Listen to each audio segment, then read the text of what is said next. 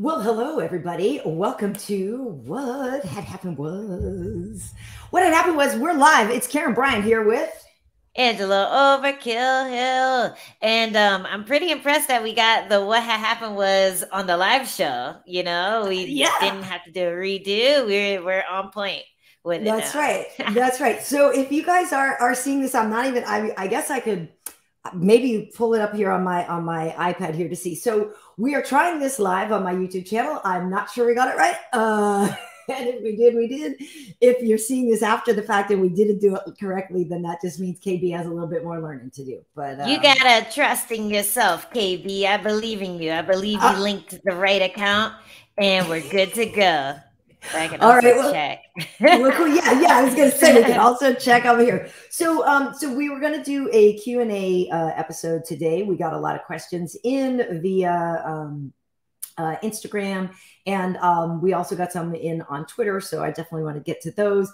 But for those of you, if you are seeing this, it's just kind of funny working on like if you're seeing this now, but if you are seeing this. You should know that here. Okay, let me see. Let me look in. Okay, let me see if it goes to where there's We're live, man. Yeah. We're live. Yeah. All right, cool. And there's Awesome. 9 people watching. So be careful. Ooh, let me Awesome. Okay, well actually, yeah, maybe we should tweet about this. We should tweet about this. Okay, but where are you seeing it? I'm trying to see where it is on my channel here on my page. I'm gonna share it now. You have to go to the live. You have to go to where it says live. Share it on Twitter if I'm logged in Videos. with my computer. Okay. Videos. All right. Well, I don't. Oh, here it is. It does say live. Look at that. Yeah, we're I live. think I can share this too. Look at. Okay. So I'm like, all right, legit excited, folks, because I mean, for people who don't understand. Okay, I'm very proud of myself because and I'll have to tell Mom to look here too. Okay, look at. Mom has to tune in. I'm doing this on Twitter right now. We are live on YouTube. Let's see with what had happened was. Okay. I'm tweeting it out too. You can just retweet mine if you want. I should do that, right? It out, yeah. Or you can copy the link that I tweeted out. Oh, I copied the link too here. So come join me and let's see ANGIE. Oh, cool. We can see the comments on the side too. On this. Oh, you can. What's up, Claudia Peterson? Go to comments, not private chat, but comments. So on the StreamYard screen, if you click on comments, you can see the comments on the side. Okay, let's see. BG London said hello, beautiful lady. Okay, listen. Okay, this is so exciting. I just tweeted it out too. This is awesome. Okay, so here's the thing, folks. For those who don't know, so going through, so we've talked about this a little bit, and I'm like, this is like legitimately exciting to me. I'm very excited about this. So, how do I even phrase this? So, I used to have MMA Heat, and I do still have MMA Heat, and if you notice, I don't really use that name much anymore, and I'm doing a lot of stuff on the festivities because I took over all the MMA Heat stuff myself because this is now a one-woman operation, and you can read into that whatever you want to read. So anyway, I had to take over all the tech stuff all myself, which is a huge uphill battle. Causes me much agita, much stress, all kinds of just anguish and nerves and all kinds of hellish things for various reasons. But for me to be able to do this and get this live working is like, I feel so happy right now. So those of you who are watching this live, we may be able to do this live all the time now. I have to talk to Hanato because we've talked about doing the other show over here live too, and I just wanted to work it out. But what I love about this, Angie, is now that we've done this basic step one, I'm going to get better at it. We're going to be able to bring in guests on What Had Happened Was too, if we want. We're going to be able to do a lot of stuff. So right now, this is episode 42, I believe, of our show, and we are leveling the F up. Hey, and let's say what's up to our people viewing. Michael Vaines is like a little break from Hanato. Maybe not for long, though, because you're thinking about doing Tuesday night festivities, getting it on YouTube, too. Then Baz we do Tuesday Wax. night anyway. Yes. Yes. You do it on Instagram, but on Yes, YouTube Baz as well. Wax from Scotland. What's up? Yeah. Oh, let me let my dog out, actually. Okay. Who let the dogs out? Angie did. That is oh, listen, hey BJ, what up, Michael? You know, so we will do, Hanato and I do the show on Tuesdays. He's attacking the house guests. We're doing one tomorrow. We have apologize. Carlos Condit is going to join us tomorrow night, which is going to be really fun. So if you want to tune into that tomorrow, we're still going to probably do it on Instagram tomorrow. Because the one thing, Angie, that we can get into on this is, you know, one of the fun things that's nice about it over on Instagram is that, like, if people are watching, they just pop in. What up, coach? And so they just pop in. Disciplining the dog. Whereas I think if we do it over here on YouTube, what up, Bridget? Then I think we might not have as many people just like happen to stop by type thing. Right. Yeah. And so, but we could schedule stuff. So, yeah. So anyway, this is very exciting. Do Breland Clough, Angie does not have a boyfriend. She has a husband. So, he could be asking you. You might have a boyfriend too. I mean, there was not a name attached to that question. I do not have a boyfriend. I do not have a boyfriend. On the live show. What? We need to go out. You need to come down San Diego, take you out on the town. I'll leave my sand at home. Yeah, nice. It'll be fun. Yeah. Well, for the longest time, I was, I'm a very good wing woman, and I've always felt that way, that I'm a very good wing woman for other people. Me too. Yeah. So it'll be nice to be the one that is being winged for once. I guess. You will be the plane and not just the wing. The wing. You're right. I'm just nervous. Like I've told you before, like I already know, like if anybody, not that they do, but if anybody did ask me out, I'd be like, I'm just afraid anything is going to turn into like an interview. Like it's going to be way out of practice. Well, what you need to do is get you incognito hairstyle. Like the first time I did braids, nobody knew who I was. I could go to like a UFC fight night and no one would be like, hey, aren't you so-and-so? They'd just be like, man, this bitch don't know nothing about MMA over here, acting like she knows with her braids in her hair and her fake eyelashes and shit. But I was looking cute, and yes, I did know about MMA because that's what I do. But yeah, you just need to go out incognito. Then you can, test the waters, see what Karyn Bryant is pulling. What's she pulling these days after such a long marriage, like that was a long time out of the what do you call it when you're in the waters? What do you call it when you're dating? In the pool? Oh, in the pool, in the pool. Yeah, I've been out of the USADA pool for out of the testing pools for a long time. Out of the testing pool. Yeah, so you got to get back in there, see what it's looking like. Yeah, dip your feet in the water. Hey, and Shane Smith says Karyn is fine. So, well, okay, but this was supposed to be a Q&A show about that was a question. I suppose it was a question. That was a legitimate question. Mark Raimondi, thank you for that. I didn't want this to this is not why we're here. Karyn is so bashful. It's adorable. You're so bashful when you're not talking about MMA. Okay. So anyway, so we have some real questions here. Thank you, Joe Boza, saying it's a treat ahead of our UFC show this weekend. Yes, we do have Font versus Aldo. I'm working this weekend. Angela, we should remind people, you worked with us a couple weeks ago, but you were in full-on fight camp, right? Yes, I'm in full-on fight camp. I have 3 weeks now, 3 weeks left in my camp. It was like a 5.5-ish long fight camp, so I'm not like dreading it yet, but by the end of next week I'll be like, well, this fucking fight happened already. But yeah, I'm a full-on fight camp, 2 or 3 sessions a day.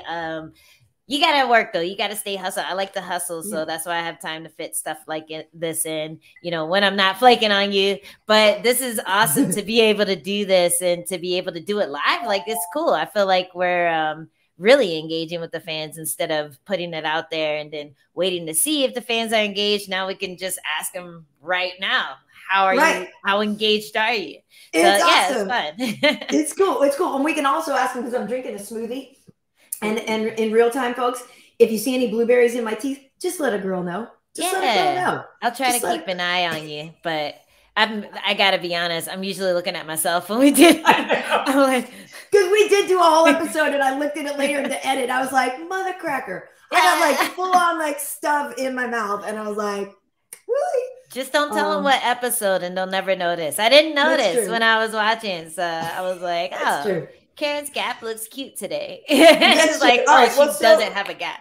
No. And I just dropped one of my ear. Hold on, wait. I gotta get this now. Can I reach it? Oh my gosh. Look at that. Real-time stretching. Yeah, there you go. El Super Guapo, what's up in Mexico? What up, El Super Guapo? So, Angela, yes, who are you fighting? Oh, I'm fighting Amanda Lemos. She's a Muay Thai style MMA fighter. She has a couple knockouts in the UFC, but the last one was a little bit of a girl stoppage. They were like, "Oh, the girl's getting hurt," and stopped it.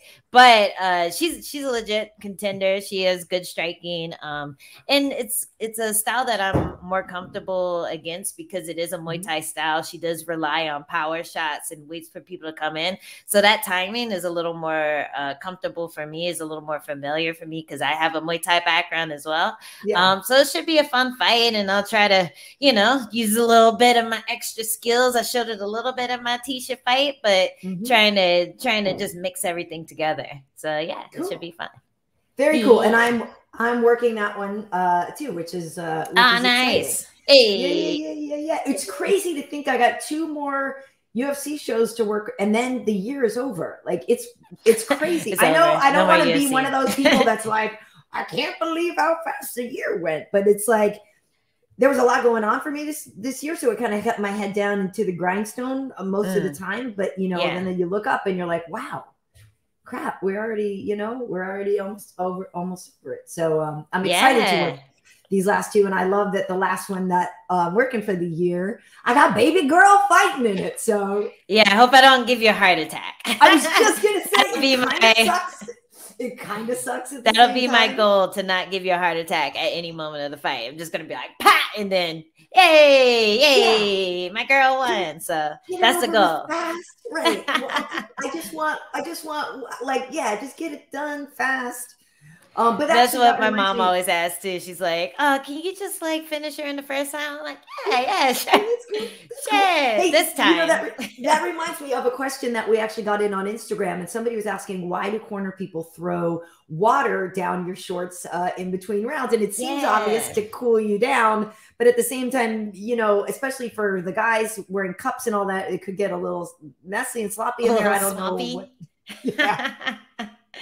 It can get a little swampy in there. I want to see who wrote that, but yeah, I remember reading that question, and there are different lines of thought when it comes to cooling your body down, because you're like a machine working super hard, and if everything isn't at a good temperature, then you start to overheat and it starts to mess up your performance. So there's different theories. Some people like to put it on the back of the neck. I know when you're overheating in like an EMT will put cold things under your armpits. So sometimes people do that, but the genitals, I mean, you guys can reach down there and feel the genitals are usually the hottest part of your body, no matter what you're doing. So especially when you're fighting, when you're moving around, when you're throwing kicks and stuff, them things get hot down there. So cooling that down, it cools down the rest of your body temperature, and you're able to recover a little faster. And, you can't really shove the ice pack down there. So they put a little ice cold water, and the water's ice cold, it's sitting in the bucket of ice, so it's ice cold, and they put in there, and it if you had infrared, you'd see the steam come up. So yeah, that's what I think. That's okay. Cool. well, that makes sense, and that actually came in from Monica Schaller Anderson. So good question, Monica. Thank you for Monica. The ladies asking the real hard-hitting questions today. Yeah, the hard-hitting questions, and then also people release the cheeks. Because between you and Hanato, you're on the campaign to release the cheeks, and every now and then I will post a picture. You got to follow me on Instagram. That's where you're going to see it. If you're ever going to see them, they're like in my stories. And I will sneakily, like, I don't. That was side cheek though. We need full backle cheeks. It's still not full frontal, full backle. They are in shorts, but you did get me to switch to the shorter shorts. Hey. So it's baby steps. Like I said, it's been a year of it's like I feel like a butterfly and I'm, you know, regrouping. I'm Yes, you're coming out of cocoon and you're spreading your cheeks. I mean, wings. Your wings. Spreading your wings. Yeah. All right. Hey, listen, I think even my mom jumped in. Okay, so hey, mama. So somebody, Breland Clough was asking, Karyn, did you ever want to compete in MMA? So I will take this question. So no. So yes and no. Like yes and no. Like I would love to know what it feels like to do a lot of the stuff that you get to do, right? Like I would love to be able to test myself in that way. And like, I would love to actually know what it feels like. Yeah. To score a knockout. I would like to know what that feels like. I used to do Taekwondo, and I used to, box and things like that. Like I can kick really well. I didn't know these things. Oh yeah. If you look at me, I'm kind of bottom heavy. And that's where the thighs came from. Exactly. And I used to play soccer and everything. I was definitely an athlete. Okay. So I played soccer, basketball, and baseball. And now I play a lot of tennis and stuff. But so I always was an athlete, but, fighting just wasn't a thing that I wanted to do. I used to watch boxing all the time with my dad and stuff like that. But so I like the idea. So that's what I'm saying. When I got into Taekwondo and boxing and stuff like that, I really enjoy that part. I enjoy that and the physical exertion of it. But I don't want to be in a fight though, right? Like I don't want to get hit. I don't like, even when we go in sparring, because I think I could take a body shot really well. I don't want to get hit in the face. Like I like where my nose is. It's just, I don't want to get punched in the face. I just don't. But I do like the idea of what it takes and the training, stuff like that. And so I really do enjoy a lot of that. But I don't want to be in a fight. No. But if they had like a celebrity match where I could like, where we were all suited up in, in headgear and stuff like that, I would probably actually do that. Okay. I think you just need motivation. I think you need someone that you would want to punch in the face and then you'd be willing to take a hit or two just to get them back. That's what you need. I guess. I don't know. I just don't know. I believe in you, Karyn. I think you can unleash the beast on someone and not be afraid of getting hit. But I do understand that. Like that was my biggest fear before I started martial arts in general was getting hit in the face. I'm like, I don't want to get hit in the face. That's weird. But then once you start doing it and you start understanding how to defend yourself, then it's not really that scary. But if you ever want to come down to the dojo, get a little whip to warrior action going, let me know. I think it would be really fun. And and I think part of it too is that like, I think I'd be okay at it. Like, I do think I have good reaction and good timing and stuff like that. It's just that I get angry. And so even in the sparring and boxing and like, even just in the little drills, I know I don't have a good sense of control of anger. So someone would get me and I don't know that I would keep my temper in check, I think. Do you know what I mean? I think I would go That's good. That's good. You don't have to be a good training partner. You just have to be a good fighter. Just fuck people up. That's good. You get angry. Well, I think I could. Okay, so actually that leads into our next question, Angela, and it came from multiple people. What did you think of the movie Bruised? The new feature directed by Halle Berry and starring Halle Berry, featuring Valentina Shevchenko and a host of other folks that we know. Julie Kedzi's in it, Eve Edwards in it. And so what did you think of it?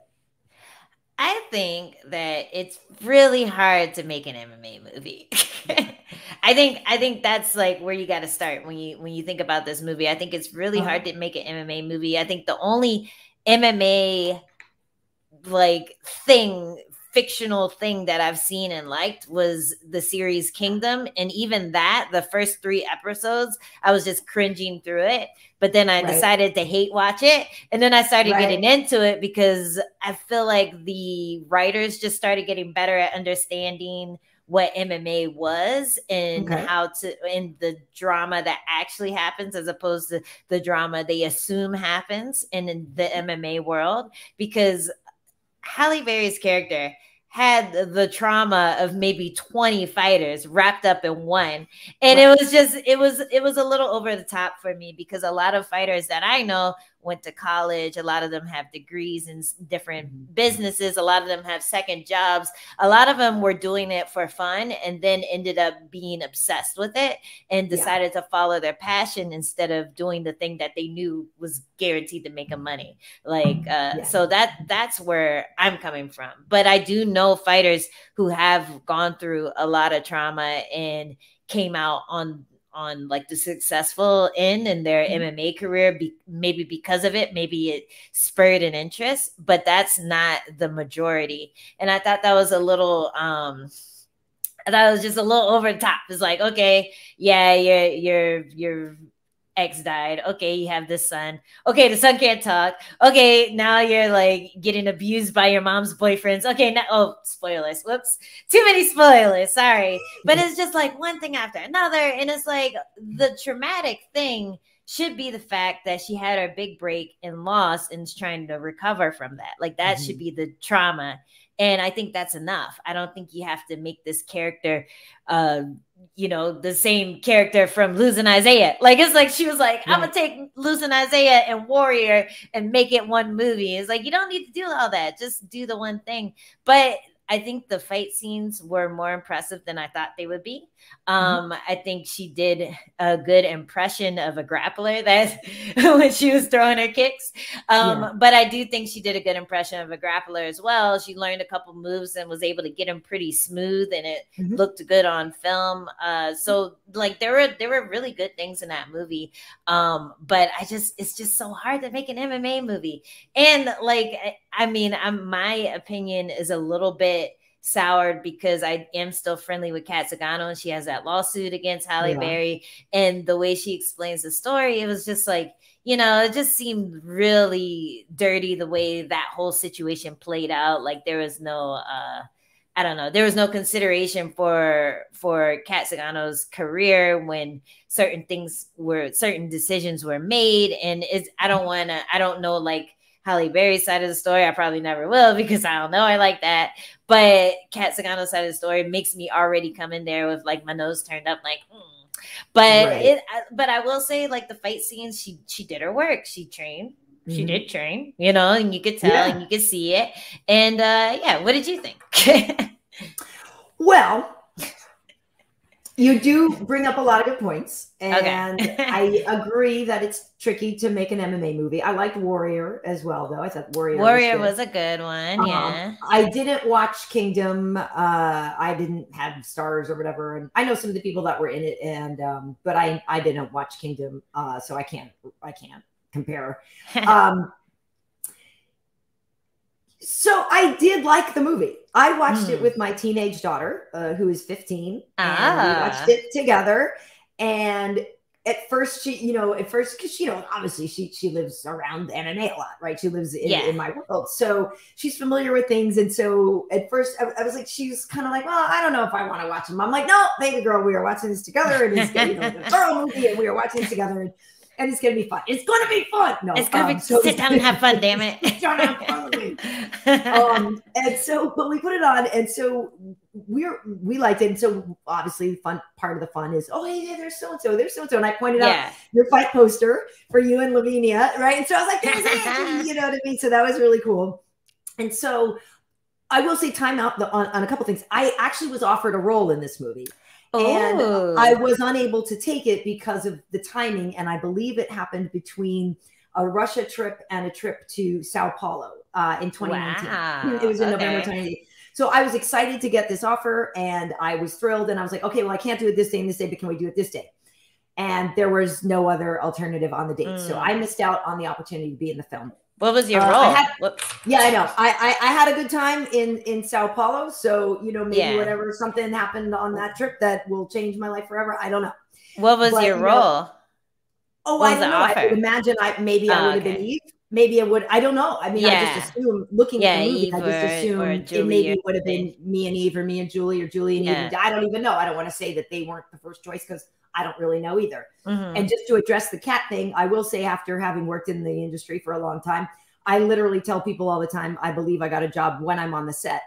So unfortunately, it's a hard lesson to learn. And I don't know the nuances of everything that happened with that deal, but I do know, as somebody who has worked in the business for a long time, that I literally don't believe it until I'm on the set. And that's just kind of how I always am. So an offer is great. An offer is this, an offer is that. Like, even like I said, I got the offer to be in this movie. I don't really know, because I didn't get as far as getting to be on the set. So who really knows? Okay. Anyway, but I did get the offer. So I liked it. Aurora and I enjoyed the movie, and I do think that there was, yes, a whole lot jammed into her character. And I do think a lot of it was kind of like you said, I don't know if I seen Losing Isaiah, but I felt like, I was like, okay, let's take a piece of girl fight, and then let's take a piece of, a warrior. Let's take a piece of a lot of different stories that came together. And I also thought it kind of tried to recapture the vibe of Monsters Ball type thing, where she got the Oscar. It's like, so that the drama, I do think, I got the feeling that there was a lot of things in this movie that she did because she wanted to do these things. And it's cool that she got to direct them too. I did like a lot of, there were a lot of the shots where I was like, oh, I liked that she shot it as if you were a voyeur and you were just kind of watching over someone's shoulder sometime in certain scenes, like in the gym, it was over a shoulder with I don't know. I did like a lot of choices that she made. I do think, they packed a lot into the character, and that was a huge backstory and a lot to undo. So they could have maybe, like you said, shaved off a couple of those things, and she still would have been a character that was sympathetic and somebody that you would root for. I didn't know you needed to pile all that on. So some of her backstory did feel more like a boxer's backstory, if we're being honest, because I also, I worked for Showtime Championship Boxing for 3.5 years. And that is a much more truthful story of inner city, hardcore, really effing hard times. A lot of that, like you said, a lot of MMA fighters have gone to college and have had a different, backstory. So I did think it was a little much, but I enjoyed it. I liked it, like I wanted to like it though, right? I went into it going, look at my kid and I are going to watch a movie. We want to have fun. We want to enjoy it. Can I pick some stuff apart? Yeah. The one thing I didn't understand, and I know like Valentina speaks perfect Spanish, but why did they make her name Chavez, and then she still kind of had the Russian accent, though? So to me, it was like, that part I was sort of like, well, but she speaks perfect Spanish. Yeah. But she speaks perfect Spanish, but I think sometimes she still has her accent, right? So that was the one thing I was like, oh, just let her be Russian, or whatever. Yeah, or just make her speak Spanish, or like make her speak Spanish the whole time, because I was that's so weird. She can speak Spanish perfectly. So that part a little bit, I was like, oh, that was a little like, weird. why are you trying to make Valentina act? Like, quit. No, I didn't mind it. I just thought the voice choice was a little strange, but anyway, like I said, I did enjoy it, and like, to me, but like I said, I wanted to like it, and I wanted to enjoy it, so I did. I would definitely watch the sequel. I might hate watch it, but if I end up liking it, I won't be mad. Okay, cool. Well, I don't know. People are watching. People are saying MMA fighting in movies is hard to watch. The fight scenes were good though. Like the fight scenes, a lot of the fight scenes were good. There were parts where I was like, but the majority of the fight scenes were good. So I'm not going to discredit that at all. I just thought that the writing was a little over the top. And they didn't need all that. Like, even the fact that she's like with this chick who was her coach, okay, and then they're like, people are saying like, don't give too many spoilers. Sorry. I liked the girl, the woman that played the coach, though. I did like her. But the bottle scene, what was the point of that? What was the point of that? It was too much. Okay. And there was no Mick part, in the Rocky movies, they have Mick in the corner. That didn't happen either. Well, come on, Karyn. Come on. I've had like I'm the Karen, and you're the one complaining. So take note of that, everybody. Take note of that, I know. They're gonna call them Angie's. Okay, so hey, here's some questions. Speaking of Valentina, though, M. Moore is asking, do you think Tatiana Suarez can give problems to Valentina? Now, unfortunately for Tatiana, she is injured and she's on the mend, though. But when she does come back, I know it's just as if she didn't have bad luck right now, she wouldn't have any luck. It sucks. Such a cool girl. We saw her out at High Rollers. I remember running into her there. So when she is healthy, Tatiana is great. It's just hard to know who and which her ability level is right now. Like I need to get reminded of how good she is again before we see her in there with Valentina. Yeah, there's always that fear that you show someone how good you are, and then people are motivated to surpass that. And then if you're out for a while, and she was fighting at a lower weight class, we all saw how dominant Joanna was, but then she couldn't even touch Valentina. Same thing with Andrade. She went up a weight class, couldn't touch Valentina. It really is a question of how close Valentina's wrestling is to Suarez's, and if that grappling can stand up, if she can attack with it, because a lot of Shevchenko's a lot of her success has happened because she can attack with everything. It's not just striking coming at you. Like her last 3 fights, she's been out grappling grapplers, you know, she's been out striking strikers like she always does, but she's always out grappling grapplers, out wrestling wrestlers. It's insane. And I think her, if anything, her striking ability is going to put Tatiana on the back foot immediately, just because we saw Tatiana versus Ansaroff. That was her last fight, and that last round she was getting the business given to her. I think she might have gassed out a little bit. I think she was also injured when she fought Ansaroff, but it was kind of a glimpse into what it could look like if somebody was able to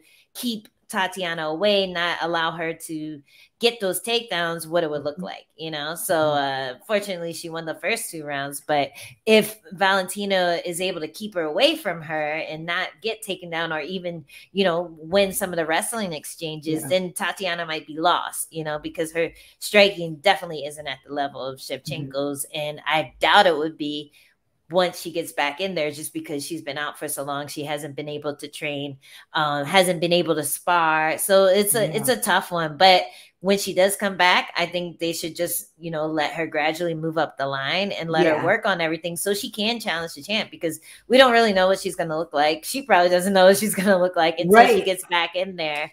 But it's definitely compelling. It's a compelling matchup. That's why I'm excited to see the possible Miesha Tate Shevchenko, because Miesha Tate was talking about moving down to 125, and it's again the question of, can Miesha's wrestling handle Shevchenko's everything else? But yeah, you know, it's all an experiment. MMA is one big experiment, and everyone is just trying to figure out what kills what, you know. What I didn't hear that, Miesha. Rock. Yeah, who was I talking with? It was one of those interview guys, some interview guy I was doing a podcast with. She obviously like redid her body to the way, like she's in better shape now than she was when she left. And she was saying that she'd be willing to move down to 125, but that was if she didn't beat Amanda Nunes. So she didn't beat Ketlin. 125 is still probably an option out there. Oh, Dean, your boy Dean. That's who you're talking about it with. Okay. Yeah. So yeah, Miesha Tate was talking about possibly moving down to 125 if she didn't beat Nunes. And I think she can make it. She looks a lot smaller. She looks a lot smaller, and I think she can make it. I mean, look at that girl has obviously shown she can do what she puts her mind to. I just don't know that I love that idea, because I'm sorry, I feel like all the 25ers are also 25 years old. Like, it's like they're younger, and they're while Miesha has so much experience, I don't know, like girls like men, obviously, like somebody, because I'm trying to find the question. Somebody was asking who do we think is a bigger threat to Valentina, if it's Manon or let's see, who else? You know, I don't really get the Manon thing. Like, she's good. She's got good hands, and I don't get why people are so hot. Did she get a knockout? Like, well, she came in. She's had two. She's had 2 finishes. That's why she had 2 fights and 2 finishes. And she's the girl that screams, right? Like, it's like a French. guttural. No, that's Aspen. And she's striking. No, that's not her. Aspen screams when Aspen gets you down on the ground. She screams and pounds. No, she's a striker, and she goes. Is it Menno? Maybe I don't remember. I feel like most of her strikes are screams. Like, I feel like that's what most of the. Oh, the intensity. Everybody, you think they're falling for the. I feel like they're falling for that. Yeah, when I see her strike, I don't think she challenges the champ at all. I think Santos is probably the biggest threat to her, but she needs a little more experience. Yeah, Santos needs more experience. I mean, that's like you said. Like, to me, it's just sort of like line them up for Valentina. Line them up. Just let everyone fight her. Just let her. Nobody start from 10. I'm sorry, but I don't see anybody beating that woman until Valentina's like, yeah, I'm good. I'm done. Exactly. Like, she can fully retire undefeated in the UFC, and I would 100%. I wonder what the bet is on that in Vegas. Like, I would actually feel safe in betting on Valentina to retire undefeated. Yeah, I wouldn't be surprised. I wouldn't be surprised at all. Her and Nunes, like, they're just so ahead of the game.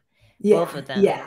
They're incredible. Oh, so we have some new comments. So I'm going back now that we have them. We have like all of these options for questions. So people are saying, they think Valentina would beat Misha.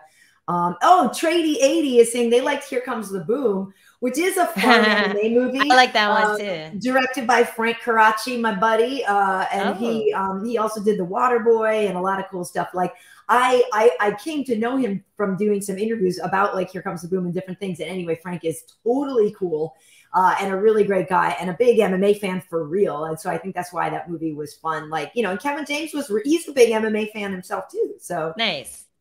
Yeah, Here Comes the Boom. I think, that was the other complaint. Put it all in a box and send it to Halle. My other complaint was that there was no humor in the movie at all. You need a little bit of moments. It doesn't matter how serious the movie is. You have to have a little bit of, like just a little tiny bit. And there wasn't anything there that made me chuckle. And MMA is so ridiculous that you end up laughing at the serious scenes because they don't direct you to a part to laugh at. So you just I hear what you're saying. Okay. So that was my other complaint. But anyway, we're done with that. We're done with that. Sorry, Halle. Good try. I'm happy you did it at least because I think it is something that needs to be done. I was saying when I was talking about Kingdom, I'm like, if Kingdom did their next season and they focused on female MMA, it would be so big for women's MMA because just a little addition of the female character. I know you didn't watch it, but there was a female character in there, but she was literally only there for like the first season and then she left and went to go train at Jackson's. That was like the storyline. So I feel like if they followed her to this fictional Jackson's and then had like the women's team thing and showed all the drama that happens with that, I thought it would be really compelling. So I'm happy that Halle Berry did do a movie about women's MMA because it was needed. So anyway, let's stop talking about that. And what were you going to say? Next question. It was needed. And also, like I said, again, I fully admit to wrap up I'm 100% Mark. Like, I'm literally the exact target audience for that movie. Like a mom. We're going to watch it. Like, who likes fighting and who happens to be brown skinned. Like, hi, just make a movie that Karyn Bryant. Like, it's just like, I'm a mark for it. So, and I will say that it probably hit me different than it hit you because I watched it with my daughter. And who I also wanted her to know, because I will say this, it is a story. It is a good story for kids to see, like, for if they have a single mom or if they're, like, to see I'm not going to lie, when the big takes care of little part got me a little bit. Like, that got me. Big and little, like it got me, and big takes care of little, like it does. I actually said that to my dog the other day. So okay, I will say I liked it, and maybe I'm more of a softie now or whatever, being a mom. But I did like it as a female empowerment type thing. Yeah, even though it has some problems. But okay, I'll give you that. I'll give you that. Yeah. Okay, so Angie, Aaron Cole 779 was asking, what's your favorite costume you've made? And if you know, I know we can't really do the cosplay at the weigh-ins and stuff anymore, but like, what would you want to wear? Man, there's so many. But I think my favorite one was the Fallout costume. It was the first one that I did, and I didn't really think I could pull it off before I started making it, and I think that's why it was so cool, because Fallout is this action RPG game. It was really big when I got into Invicta. Fallout 4 was, and you're a vault dweller and you wear this jumpsuit and you have this thing on your arm called a Pip Boy. I actually have one over. Oh, you can see it over. Oh, nice. There. Wait. Over. Oh, you can't really tell. Oh, you can't see it. It's the other shelf. Sorry, the camera messes me up. But I made this thing that it looked like a Pip Boy, and you put it on your arm, and like I had the LED screen and everything. And then I was just walking around and I was like, dude, I look like I'm in Fallout. So I think that was my first and probably my favorite costume or cosplay, just because it was the first time I did it. And I was impressed with myself that I could pull off something that looked so cool, especially in photos. And from then on, I was like, I'm doing this every fight. And it was a really nice, distraction, or I guess release from just being stressed out about how the fight's gonna go, overthinking my fight, and really just allowed me to just like be like, okay, putting my mind at ease. It was like meditation. I'm just gonna focus on stitching this sleeve onto this jumpsuit, you know, and that was my fight week. So it was really cool and I enjoyed it. And unfortunately, I haven't been allowed to do it since. But I haven't really tried that hard with Venom. So the thing with it is that I don't want to invest a ton of time into making a costume and then not be able to show it, because that's happened twice under Reebok. And then I was just like, you know what? Fuck this. I'm not going to do it anymore. But I had like the Black Panther costume, and I had the that looked good. I've never seen those pictures. Yeah, it was cool. I was like, oh, they're gonna love this. It was right before the movie came out, and then I had the Tong Po with the glass wraps, and like fortunately they didn't see the little ponytail I tacked on the back, but they didn't let me take in the rope wraps that I made with the glass on them, because that was the real cool part. And I had a little blood capsule in my mouth, and I was gonna bite it and then lick the like I had it all planned out. It was gonna be awesome, but they didn't let me do it. So since then I've been like, you know, I don't want to invest. I've tried a little bit, like for my Mexico City fight. I got this really dope, this really dope poncho with cockfighting on it. And I was like, oh yeah, I'm gonna walk in with this. I'm gonna do like what was that movie called with Chuck Norris? Not Chuck Norris. What's his name? I can't think of the name of it. I want to help you. Movie. The Western movie. And Clint Eastwood? Yeah, Clint Eastwood has a poncho on. I was like, oh, I'm going to do that. Yes. Yeah, of course. But they didn't let me do it. And I was like, come on, it's culture. It's like my culture part. Yeah. Some Mexican in me somewhere, but they didn't let me do it. So I was like, you know what? They're not playing the game. Oh, I got fuzzy right here. They're not letting me play the game. So I gave up. But maybe I'll try again. And people they could look back on our Halloween episode. I mean, we were both kind of dressed up for that one. A little bit. We've had ideas of doing more kind of cosplay type things on our show here. So we may do one where we're, we might do one where we're blonde, because you guys all, like, I think a lot of people think this is, so if we do a blonde, maybe we'll get more viewers. Oh shoot. Yeah, maybe. Well, that's why I did this, but it turned out gold. Oh, it's nice. It's good, the bad, and the ugly. Enough. Yeah, the the good, good the bad, vibes. and the Yeah, ugly. yes, that's it. That is it. That's right. So That's right. instead, I That's need right. a Chuck Norris poncho. That's Nice. so funny.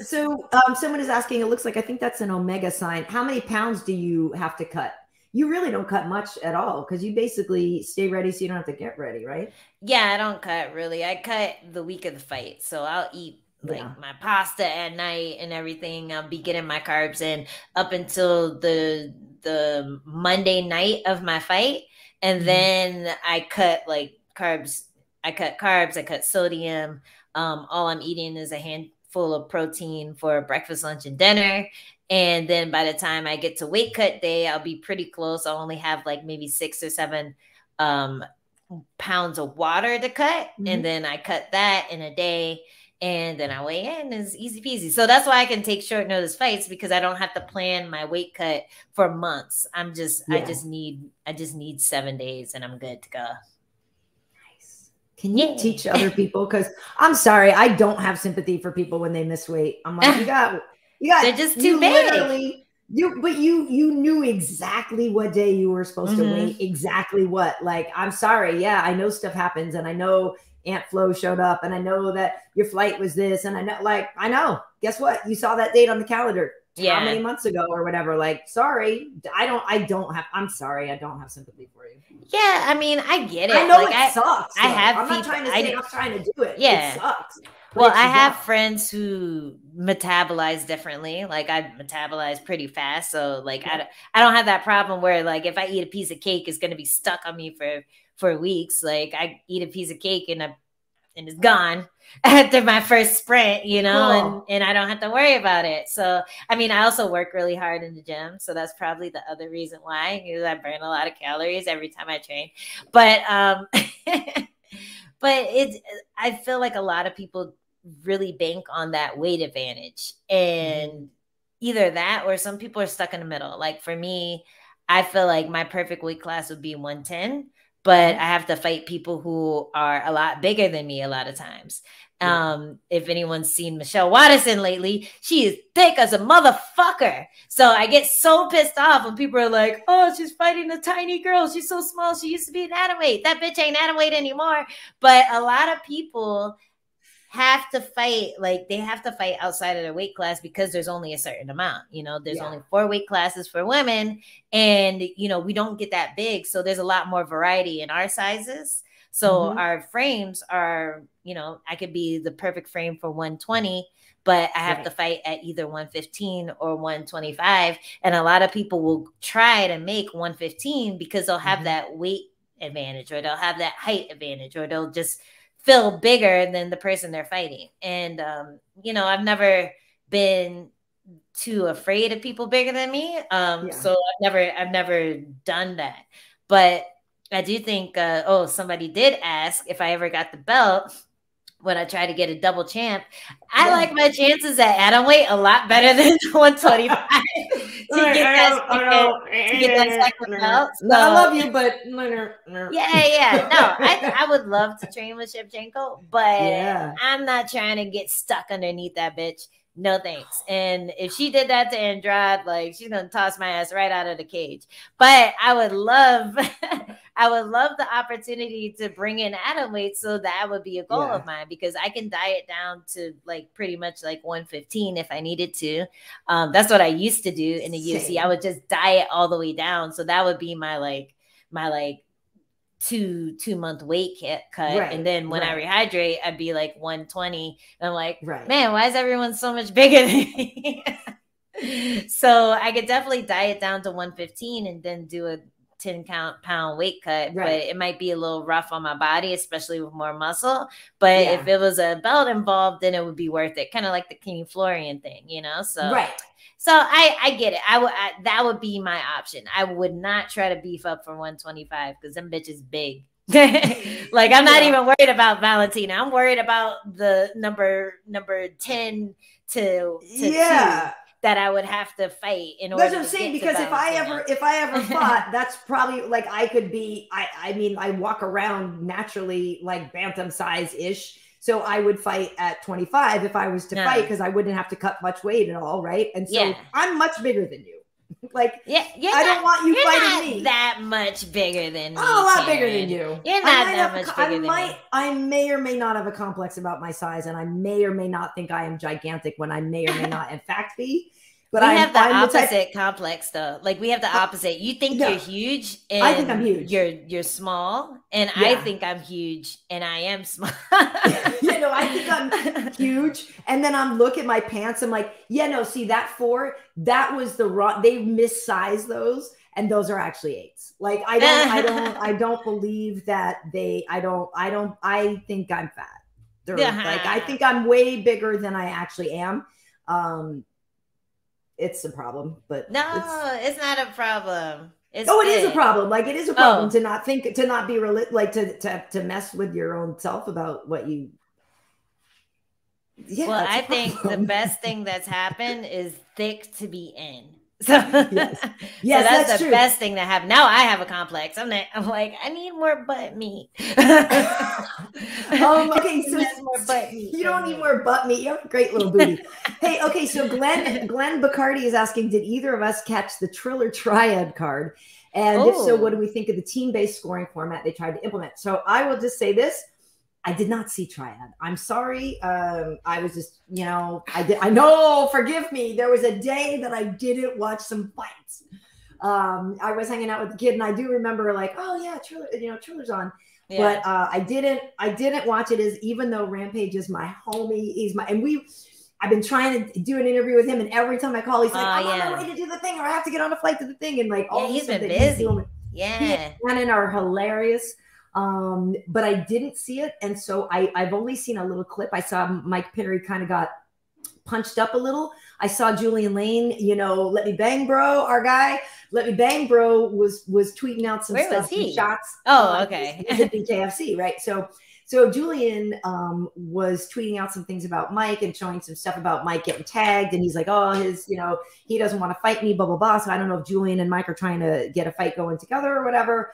But Mike I don't know how awesome though. Mike that's what I'm saying. Really I didn't get to good. See it. Yes, so I got to see it, and I was impressed. Yo, he came out swinging. He came out like I think MMA did really good that night, and the reason was I think the small gloves for one.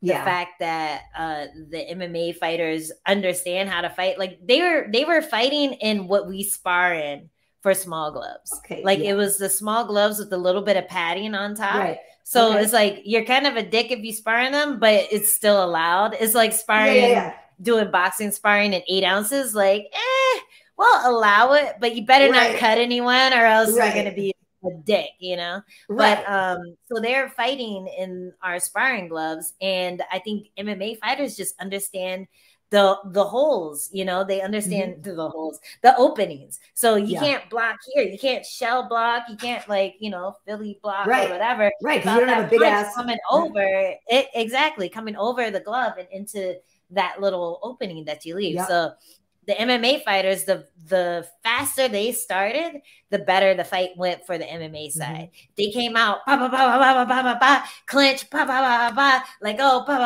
and that's what Mike did. He was changing levels really well. He came in, he was throwing in the pocket really nicely. He did get dropped a little bit, but he did enough to win, and I thought he really deserved to win as well. I thought he did enough. The guy he was fighting just, he was waiting a little too much for the perfect shot, and Mike was not gonna quit. He just kept getting up and doing the same thing. So it was a good fight. Yeah, it was a good fight. Well, it does seem like bare knuckle is the right place for Mike Perry. Well, it's not bare knuckle. That wasn't bare knuckle. I know, but I'm saying. Glove. But I totally get you. Julian, I totally get you. Julian trying to because I see, and look at. I know people were talking about how much Mike made, and how the Triad people were saying like, oh, we paid our ushers more than Dana pays his fighters and stuff like that. I don't know if that's true. I don't know how sustainable that is. I'm all for people getting a payday. But like I said, I didn't get to see that one, but I'm glad the MMA fighters represented well. So that's good for Team Rampage. Yeah, Team MMA threw down. It was dope. It was a pretty good production. I wasn't you know, super into the Metallica concert. Oh, they're great. I've seen them in concert. I have one of Lars Ulrich's drumsticks and stuff and everything. So I actually would have probably enjoyed the Metallica part, but yeah, no, it was cool, but it was like Metallica fights Metallica main event. I would have liked if it was Metallica fights Metallica, just so we didn't have to have this long music break in between the co-main and the main. But I get that they were just trying to keep the crowd happy, because I'm pretty sure most people were there for Metallica and not for a Triad. Well, I will say this though, when I saw that Metallica was going to be on, I was like, it's kind of like Spinal Tap. It was like Puppet Show and Spinal Tap, and it was like, she's like, if I told him once, I told him 1,000 times, it's Spinal Tap and then Puppet Show. And so, because I remember seeing it, I was like, you know, I was like, they're fighting in a triangle. Oh, and Metallica's there. Like, I kind of feel like Metallica's a big deal. Yeah. So that part to me was a little funny, but I feel like there were two different broadcasts. Like there was the Triad centric broadcast, and then there was the Metallica centric broadcast. Okay. I don't know, but yeah, it was definitely a cool concept. I was very surprised that Metallica was at something like that, and you know, they had a lot of stars there. You already mentioned Rampage. Briggs was there, Shannon Briggs, and then Nick Cannon was there. How is Nick Cannon? Was he wearing a turban? No, he wasn't, but he was wearing like 5 jackets. It was really funny. And then he had to throw them all off to keep Rampage and Briggs from fighting. They were going to fight. They were definitely going to fight each other. And he did his best, like Dana White, whoa, impersonation, Dana White at weigh-ins impersonation. Yeah. So it was pretty good. That pulled me in right away. But then, it just took a long time to get to the main. So I was a little tired at the end of it. But it was a good production. I enjoyed that. I definitely enjoyed it. I enjoyed watching Bruised. Well, I will say I feel bad I did see the main, like some highlights of the main event, and it looked like they should have stopped the fight with Frank a little sooner. Ooh, yeah. I think he would have stepped in sooner if what was his name? Pulov, the boxer. If the boxer was advancing faster, I think he would have jumped in sooner. I think the only reason he allowed him so much time to get his balance is because he wasn't in immediate danger. But it looked really bad. It looked really, really bad. Like he could have stopped in at any time just to give him an 8 count, you know? Right. But I think maybe he was thinking MMA. So if I stop it, it's over. I don't know. Like it's hard to tell what's going through, you know, the referee's mind, because I fuck up all the time with stuff. So it was a little late for me, but at the same time, nothing happened. So I wasn't you know, dwelling on it. But if he had advanced, and who was it? It was Dan, right? Dan Miragliotta, right? Yeah. If he had advanced and Dan didn't step in time, that would have gotten so much shit. Like he would have, I don't know, people would have been really upset about that. Right. So yeah, it was definitely late, but just because nothing happened, I don't think anyone's freaking out, but could have been really bad. Well, that makes sense. But it could have been really bad. Because then I didn't even realize who it was. Like, I guess, like I said, I saw some clips online and I didn't realize who I was looking at. And I was just like, oh, that sucks. Like, and I was like, oh no, it's Frank. Like then that made me sad, you know, like it made me even worse because, you know, he's a good dude. And I didn't like that. So yeah, you don't want to see the legends go out like that. You know, the pioneers go out like that for sure. Right. I'm trying to see if we have any other questions here. I'm going to go back and look at some here online. But let's see. Do you have any questions? That's rude. What? I just read one of the last question. I was like, that's rude. Oh.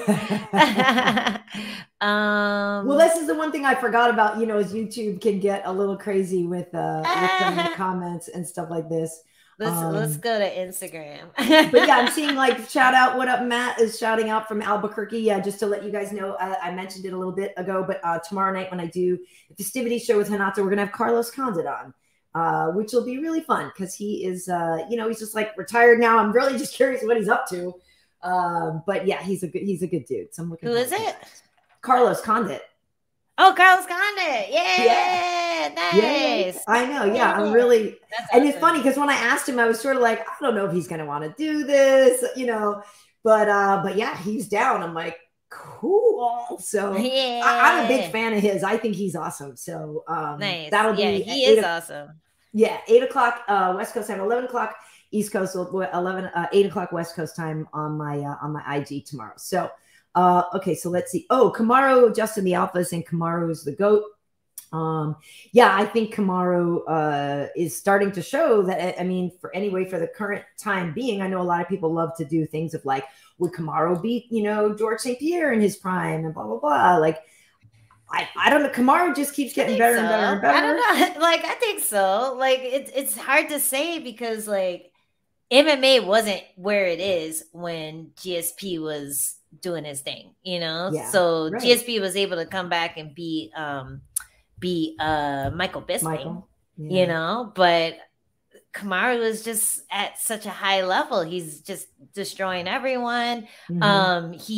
He's able to work around everyone's strengths and still come out with the win. And I think that's the most impressive thing. So, GSP, he had the wrestling, he had the jab, but Kamaru has dealt with people like that, has been able to work around them, get in, throw the power punches. I don't know. I don't think so, but you never know. If MMA was where it was at, GSP would have been working on different techniques. Maybe he would have perfected them because he is a martial artist in heart. He learns the techniques. He does them. He's humble in the gym. He doesn't mind getting, beat up by people who are better than him as long as he's learning from it and then able to use it in his fights. Yeah, I don't know. It's hard to say. I hate doing that. But if you just take him and like with a time machine and take him out of his prime and drop him in front of Kamaru Usman, now he fuck him up. Like, like I feel like that's true for anyone. I feel like if you did the same thing, like with any opponent who's on top and drop him into who's on top now, they fuck him up. Unless you're talking about someone like John Jones who stepped down. You know what I mean? Right. So yeah, that's my opinion. And yeah, it's tough. I mean, I know people love, the idea of those, the fantasy matchups and what, and crossing barriers of time to see who could beat who. I mean, I guess when you look at the skill set, I feel like Kamaru he keeps evolving. And before it was like, you would have said George had better hands. Well, Kamaru caught up with the hands, so he's dropping people now with straights and stuff. So I definitely think that the move to Colorado has been helping him, working with Trevor, working with champs like Rose, having another champ mindset in the gym, having Justin Gaethje, who was just nothing but violence, testing you all the time. I think that's the whole thing, is that Kamaru has put himself in a place to just keep getting better and better and better. And I think he really takes ownership of that title, and that extra, is extra motivating to him to be carrying that around and what it means. So same thing. Like, I think, Colby gave him some good fights. I think there are people that have given Kamaru good fights, but for a while now too, I think he beats Leon because he can wrestle him, whereas Leon isn't going to have, I mean, he's got defense and stuff like that, but I do still think that Kamaru would beat Leon probably. So I know Chimaev, don't hurry him up. I will say this. I know a lot of people are on that hype train, and I'm one of them. I think Khamzat is awesome, and I think he is going to be a champ. But I don't know that I'd try to rush him up there yet, because also it's sort of like, if he loses, then what? I feel like it'd be better to build him up and build a star. We have some new talent here. Let's build this guy up, and let's not rush him into the title shot. But I don't know. Some people might want to just see Khamzat already going for it, but I personally don't. Well, like what happened with Darren Till, he was such a star a few years ago, and now it's almost like people don't know who he is anymore because he was rushed into that title contention where he could have just been beating up people who should be at his level but aren't because he's so talented. So I like allowing fighters to hone their skills, especially when they're undefeated. Like, let them sit on that O. Like, let them have that confidence with that O for as long as possible, and really figure out what kind of fighter they are, and really learn all the skills necessary to become unstoppable. Because once you get that belt, you're only fighting the best, and everyone has tape on you. Most likely it's going to be more than a couple rounds if he fights Usman, you know, so people are going to be able to figure out that puzzle that they haven't been able to figure out yet, because they haven't seen that much tape on him. He's not knocking everyone out, you know? So, well, yeah, I definitely feel like, no, go ahead. I'm done. I was just gonna wrap it up. Oh no, I was just gonna say that is what happened with Jon Jones at the beginning, because he beat everybody so quickly that it was really hard to figure him out. And then what was it like? He went a little bit longer with, like, no, the Vitor one was still first round armbar, I think. But there was, I forget who it was, or even it was maybe Rashad or somebody, you know, took him deeper, and this and that, and we get deeper and deeper, and then finally people were like, oh yeah, we can start to strategize against this guy because we could finally see some freaking tape. You know, it was like, exactly. Like Jon was just whooping everybody's butts. Yeah. What do you think? What do you think of Jon down there at Fight Ready with Cejudo and stuff? I would love to see him spar Cejudo. The visuals of that would be pretty amazing. That'd be great. That would be great. Imagine if Cejudo is like, you know, taking him down, like Flair double legging him and stuff. That would be really funny too. Little Adam, like what's that thing called? Adam Ant, that little cartoon. It'll look like that.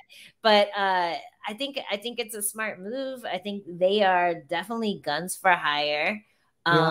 Whaley hired them, Korean Zombie hired them, and they know what they're doing down there, you know, and they have the resources to get whatever they need, whatever coaches, whatever training partners, bring them down there and create a fight camp around you. So they're doing what they have to do.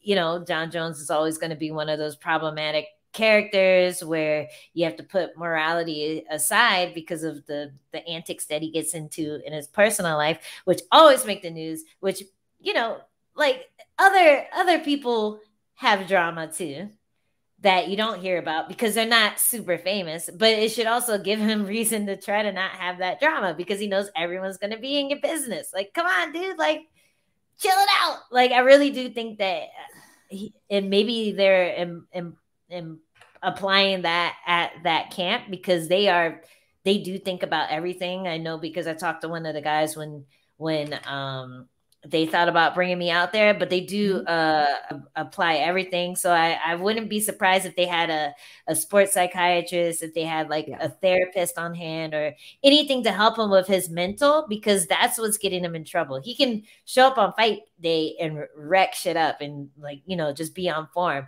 But what's getting him in trouble is what he's doing outside of fighting. And it's taking so many opportunities away. It's literally taking money out of his pocket. So it would be in their best interest to get that under control. And I think any type of mental help is perfect for that because, you know, if you're relying on getting drunk to be happy, if you're beating on women to feel some kind of way, that needs to quit. You know, it's not healthy. Like, it's not healthy for the person. It's definitely not healthy for the person you're hitting on too. So I would hope that they would put something like that into the fight camp as well, you know, strength and conditioning and mental conditioning of sort. But yeah, it's a good move for him because it's a very capable gym and it's going to be his first camp away from thingy, right? What are they called? Yeah, Jackson thingy. I fucking hate that. No. Well, yeah, I mean, I agree with you that I think the, you know, I'm literally in an armchair, so I'm playing armchair psychiatrist. But I do agree that Jon's destructive behavior comes from something that, you know, maybe within his personality, he's just got to work out. Like some people are fighting various demons that we don't know about. Maybe there are some things in his personality about, you know, authenticity and this and that are at war within him. Who knows? But I hope he does get help on that and can I don't want to be on the air reading a story about John not being with us anymore, or John taking somebody out in a bad situation. Like, I don't want to see it. I don't want to see it. And as many times as he's fallen down, you know, we are his support system in a lot of ways. So I don't like kicking a dude when they're down, you know what I mean? Yeah. But at the same time, you know, tough love has to come around at some point. I think he's just a complex guy. It's just hard because he's so gifted, and it's just hard to see somebody with that many gifts. I don't want to say blowing it or ruining it, but like, it's just hard because so many people would love to have a half of the skill set he has, right? Or half the opportunity. And that's why I think it hurts so often, is when you see somebody with a great opportunity not maximizing it, right? Yeah. And you know, like, you know, as a Black man in the USA, you can't be making mistakes like that, man. You can't be punching people's in bars and raping women. You can't do all that. You can't be throwing chairs at people. Allegedly. Okay, so I want to ask you another question here. Can't be throwing dollies at buses. Allegedly. I will say this now. Now that we're live, we're doing our show is a little bit longer, which is, I hope we're okay because we're already over the hour mark. But I know you are in camp, and so I don't want to take too much of your time. But somebody was asking, many people, including Mike Barrett, a few people asking about Dan Hooker at 145. If you saw that the other day, Dan Hooker posted a picture of himself at the PI because, you know, he was still here after his fight. He had to keep getting in the lottery to try to go home. Meanwhile, he's been at the PI. Meanwhile, posted a picture of the scale at 146 pounds. I was like, what? Yes, fire. That is fire. I am here for it. I am a massive Dan Hooker fan. For folks who don't know, now that you're on my channel, if you're watching this, look for Tuesday Night Festivities with Dan Hooker. We had Dan Hooker on, and we talk all about New Zealand and all this stuff. And he's such a good dude. And he was actually at the PI during the interview and stuff. But I am here for Dan Hooker at 145. I am basically here. I am here for Dan Hooker at whatever GD weight he wants to fight at. Any GD day he wants to fight. Like, I am such a fan, but I think that at 45, if he can make it, that's so scary. Would be insanity. Dude, the weight on his kicks when he rehydrates with those skinny ass shins. His shins will be so bony at 145. The calf kicks will snap people's legs in half. That's just messed up. That's all about Dan as a 45. Up. His elbows will be so sharp at 145. Dude, yeah. Hey. Maybe the only thing holding him back was travel, because, you know, when you travel, you retain a lot of water, maybe being at the PI and getting on a certain diet and finding what he can still have energy with while still losing a little bit of mass. Like, what does he look like, though? Did he show what he looks like at 145? I didn't see it. I mean, because he's always kind of lean and stuff, you know, anyway. I can't imagine him losing body fat. Like, he's so little. I'm just like here for all of it. I'm here for any and all Dan Hooker stuff. I think the dude is awesome. Oh man, that's crazy. I'm excited. Just what he goes through, and what all the folks from New Zealand and Australia have been going through just to be able to fight, you know, all the stuff with the visas and the thing and the lottery to get home and the staying away for weeks and months and stuff like that. Like, I just really give it up to those guys and ladies for the commitment to this. And obviously it's their job and they want to get paid and they want to do what they love to do. But just the amount of hoops people have had to jump through, all of us anyway, on our side of the, like, really appreciate it. So yeah, it's so crazy. I can't imagine. I feel like I've been living in a cave compared to what they've been going through. Well, they've been living in a cave, but I feel like I haven't been affected at all compared to what they've been going through. Like, we could still train. We didn't have to worry about getting arrested for training. Like, they might arrest the owners of the gym, but not you. I'll be okay. You know, like, you are Black though. You'd probably get taken in as well. I'm kidding. I get taken in, but maybe I can get out. Maybe I could call Dana. Please let me out. Yeah, it works. It works for some some people I know, but but I like it wasn't that hard to figure out how to train during the pandemic, and these guys, they can't train now, you know, like with so few deaths in the country, it's pretty insane.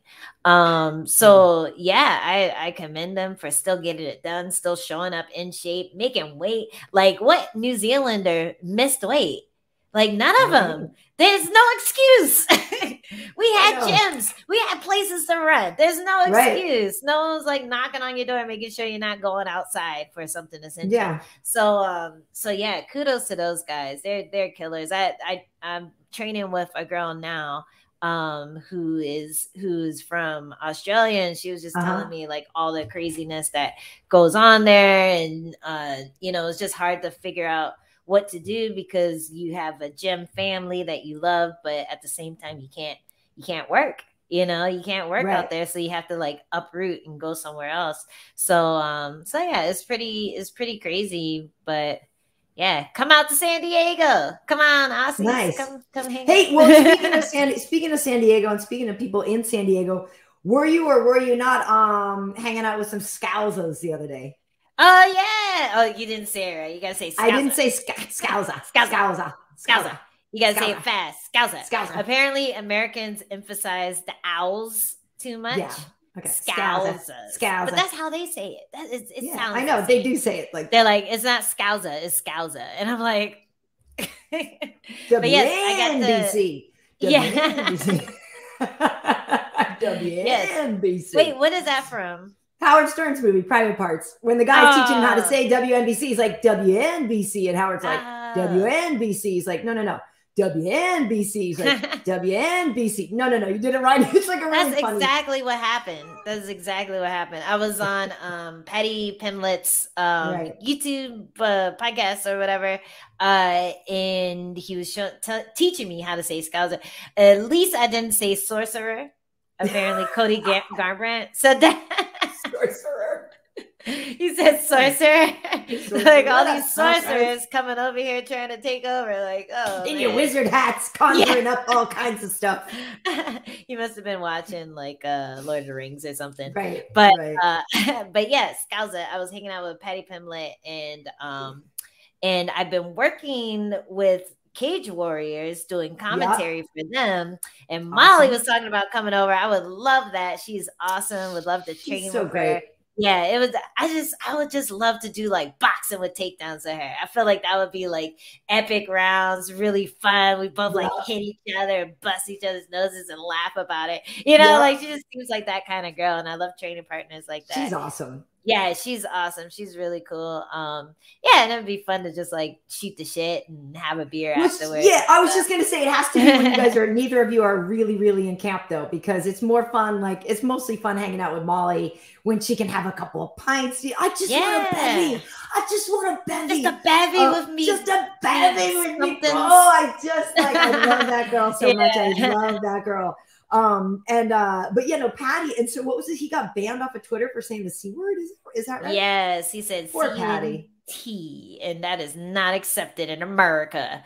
Whatever. But you know, it's one of those words that I just got used to. My husband's Scottish, and I just got used to it. You know, like it's like you hear it once, you're like, what's that mean? That one actually doesn't bother me. So there are other words that bother me more. So that one doesn't. I didn't know what it was. I feel like people learn what it is, and then they assume that it's really bad. And then they're like, oh, you can't say that. But like, you don't grow up knowing that word in America. I feel like I didn't hear that word until I was like in college. Oh, I did, but I heard it for what it, you know, I'm just saying it never, I don't know. It didn't bother. There's other words that bother me more, but I'm I was running around talking about fannies, and you can't say that. They're like, time out. Yeah. It's like the same. I can't say the C word, but you can say fanny. Like, oh, wait. Let me explain myself. Right. Well, I just want to say, Albon is saying, I love these two so much. Just pure happiness. Thank you, Albon to be. Thank you. And, you know, I will say, Angie, you know, I think we've got a lot of these questions. We've answered a lot of them, but just in general, I'm curious, you know, if people like this, you know, us doing it live. I guess the hard part is for us is having a consistent specific time, right? Because a lot of time we do these on Sunday nights because basically every other a-hole with a show does them on Mondays, right? So usually we record Sunday nights and we put them out on Monday. So potentially we could do this live on Sunday nights to YouTube, or potentially change it to doing it Mondays-ish around. It just sort of depends on our schedules, right? Because a lot of time on Sundays I'm coming back from Vegas, from work stuff, and may or may not be tired, but now we know there's only a couple more this year, and you know, we'll have some time off. So maybe we can be consistent in doing this on Sundays. Cause I feel Sunday night might not be bad after the football's over and watch a little Sunday. I don't know what would be a good, why are you laughing? I know, like, I hate commitment. No, I know that's what I'm saying. It might just be those things where we just pop up when we do, because I feel that's literally. It would be cool to just pop up when we do, but we can shoot for like a semi-consistent day. But we gotta ask the people what they want to see. Like what day are they trying to watch MMA shows? Like, because I think Sunday is probably the better day to do it. I do too. You know, because everyone's just reacting. Yeah, everyone's reacting. There's way more noise on Monday. Everybody's got them on Monday. And it actually, to me, it gives me a little bit of break, because we are on an appointment on the Tuesday thing that I do with Hanato. We do that on appointment time. So I like that you and I could just kind of, it's more freestyle. And honestly, folks, if we're pulling the curtain back, it's because half the time on Sunday when we come back, I'm like, bro, it's my day off and I'm gonna drink.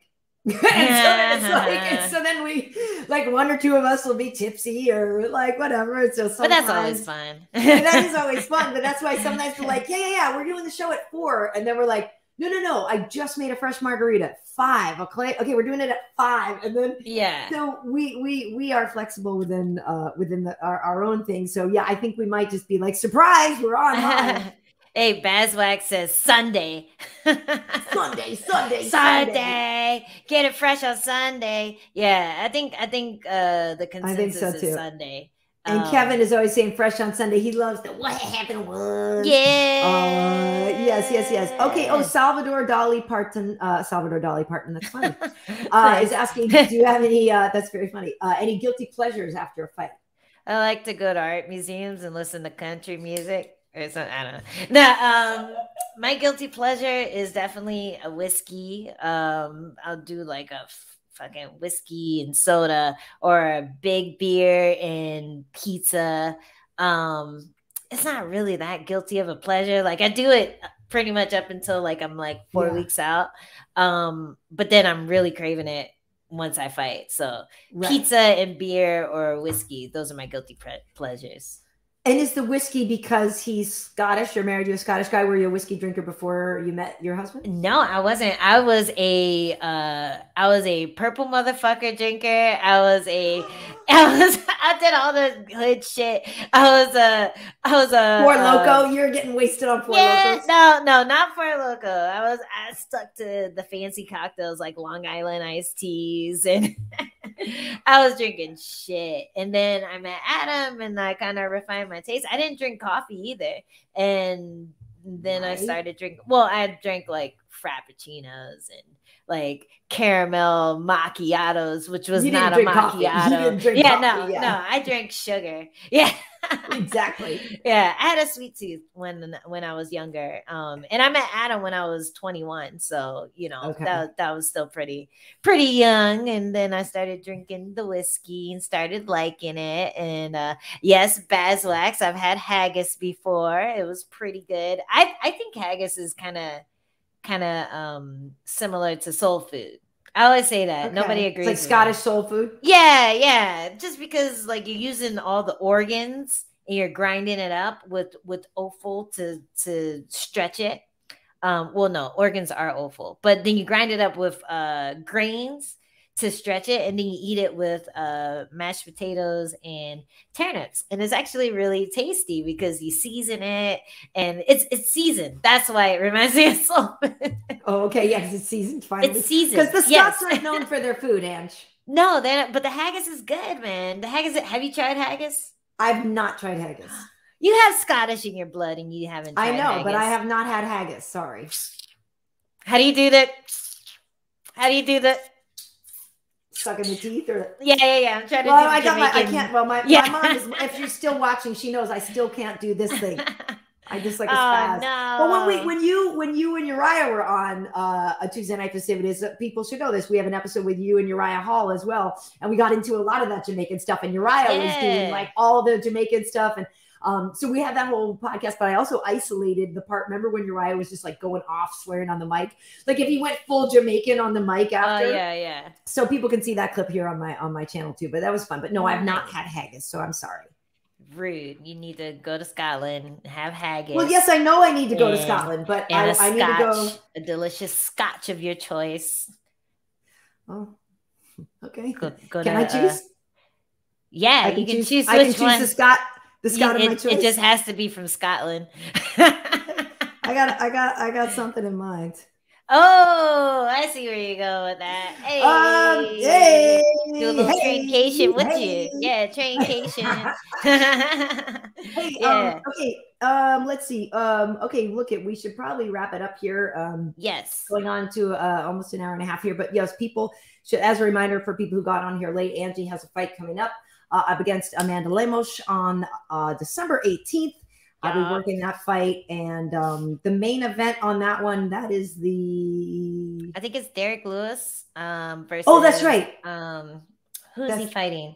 That's the Black Beast versus Dawkins. Yes, Chris right? Dawkins. Yeah, right. Which is going to be good. That's the card. That's the card. Yeah, this weekend I'm working. It's Aldo versus Rob Font. I'm Wicked Boston. I'm the Wicked Rob Font. Oh wow, he's fighting.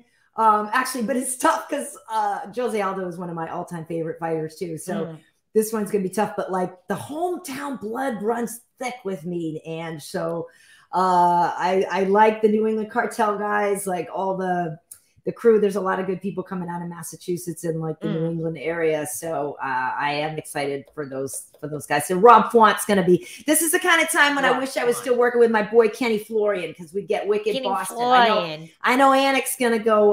Tell him to go get in the car. It's tell him to go get in the car and drive over here. Wicked good fight with Rob Font. We're going to go there and get a couple of beers. I'm going to hit the packy before that one, though. Have a pop.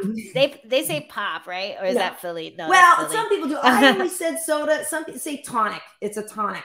And stuff like that. But I always just said soda. But some people get a tonic. But yeah, you got to hit the packy before the fights.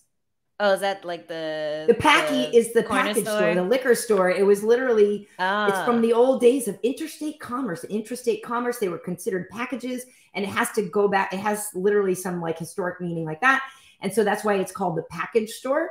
Okay. So that's why in New England. Racist thing. No. It's the packy. It has to do with commerce or something. So we go down to the packy. I was like, no, that's a corner store. No, it's not. No. It's not a Simpsons thing like with that. No, the packy. It's short for package store. Oh, man. And we had blue laws, like you couldn't get beers on Sunday. You couldn't get any liquor on Sunday. The church laws. We had that. Yeah.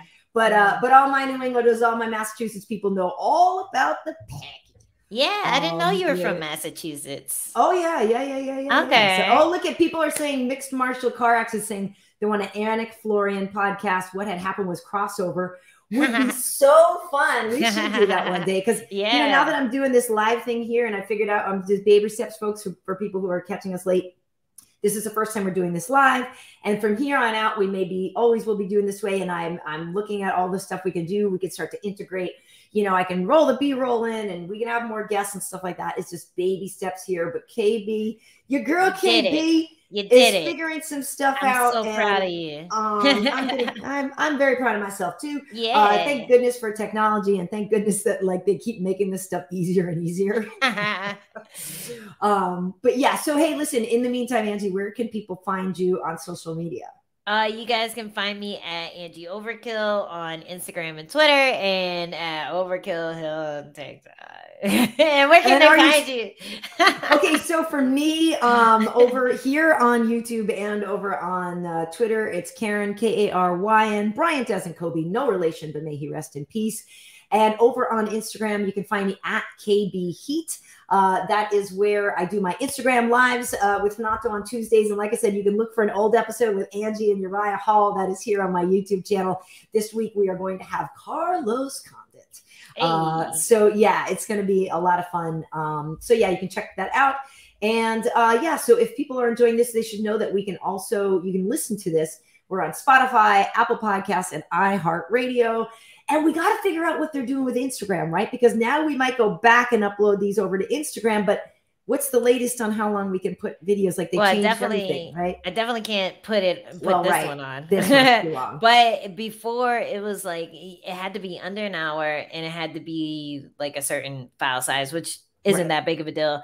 But yeah, I haven't tried to upload the longer versions yet, but before they were messing up and I could only upload something up to 15 minutes and not a full hour like it used to. Yeah. Usually verified accounts can upload up to an hour. Right. So yeah, I think it's okay to just have it here. Like have it here, send people here, get all the questions out. Yeah, make people come and watch, and then they can put their questions there, and then we'll answer them if we want to. That's right. I like that part too. If we may answer. Yeah, that says ask us almost everything. Almost anything. Yeah. Well, and the other thing I was going to say is, and that's why it's important for people to follow us on the socials, because like we said, we may not make this appointment viewing because we don't always know exactly when we're going to do it, but we will blast people and say, yo, we're about to go live. So that's why you should follow us. Yeah. Oh, and Salvador Dali, something might be happening with that UFO story, so keep your eyes posted. Really? Yeah. Cool. Keep them eyes locked on the stations. Yeah. Awesome, okay. Anyway, awesome. That's all I can say. Oh, and yes. My mom. All right. Cool, folks. Well, thank you so much for tuning in, and yeah, really appreciate this. It's it's our first live one, and I'm very excited. All right, folks. Well, that is it. We're going to wrap it up real nicely. Remember, the show is called what? Wrap it up like a gift. And what had happened was we did a live one, and then we signed off. What had happened was